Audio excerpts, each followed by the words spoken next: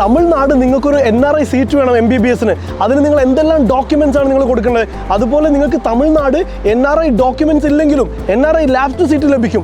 അതിന് ഈ വർഷം നിങ്ങൾക്ക് എത്ര നീറ്റ് സ്കോർ ആവശ്യമാണ്, അതുപോലെ എത്ര ഓൾ ഇന്ത്യ റാങ്ക് നിങ്ങൾക്ക് ആവശ്യമാണ്. തമിഴ്നാട്ടിലൊരു NRI സീറ്റ് ലഭിക്കണമെങ്കിൽ ഈ വർഷം നിങ്ങൾക്ക് എത്ര നീറ്റ് സ്കോർ ആവശ്യമാണ്, അതുപോലെ തന്നെ എത്ര സേഫ് ആയിട്ടുള്ള ഒരു ഓൾ ഇന്ത്യ റാങ്ക് നിങ്ങൾക്ക് ആവശ്യമാണ്. തമിഴ്നാട്ടിൽ നിങ്ങൾക്ക് MBBSന് സെൽഫ് ഫിനാൻസിൽ അഡ്മിഷൻ കിട്ടിക്കഴിഞ്ഞാൽ, അല്ലെങ്കിൽ NRIയിൽ നിങ്ങൾക്ക് അഡ്മിഷൻ കിട്ടിക്കഴിഞ്ഞാൽ എലിജിബിലിറ്റി സർട്ടിഫിക്കറ്റ് നിങ്ങൾ ഏത് വെബ്സൈറ്റിൽ നിന്നാണ് എടുക്കേണ്ടത്? തമിഴ്നാട്ടിൽ സെൽഫ് ഫിനാൻസോ അല്ലെങ്കിൽ NRIയോ അല്ലെങ്കിൽ NRI ലാപ്സ് സീറ്റോ നിങ്ങൾക്ക് ലഭിക്കണം എന്നുണ്ടെങ്കിൽ നിങ്ങൾ 5th standard to 12th standard proof of study നിങ്ങൾ കൊടുക്കണം.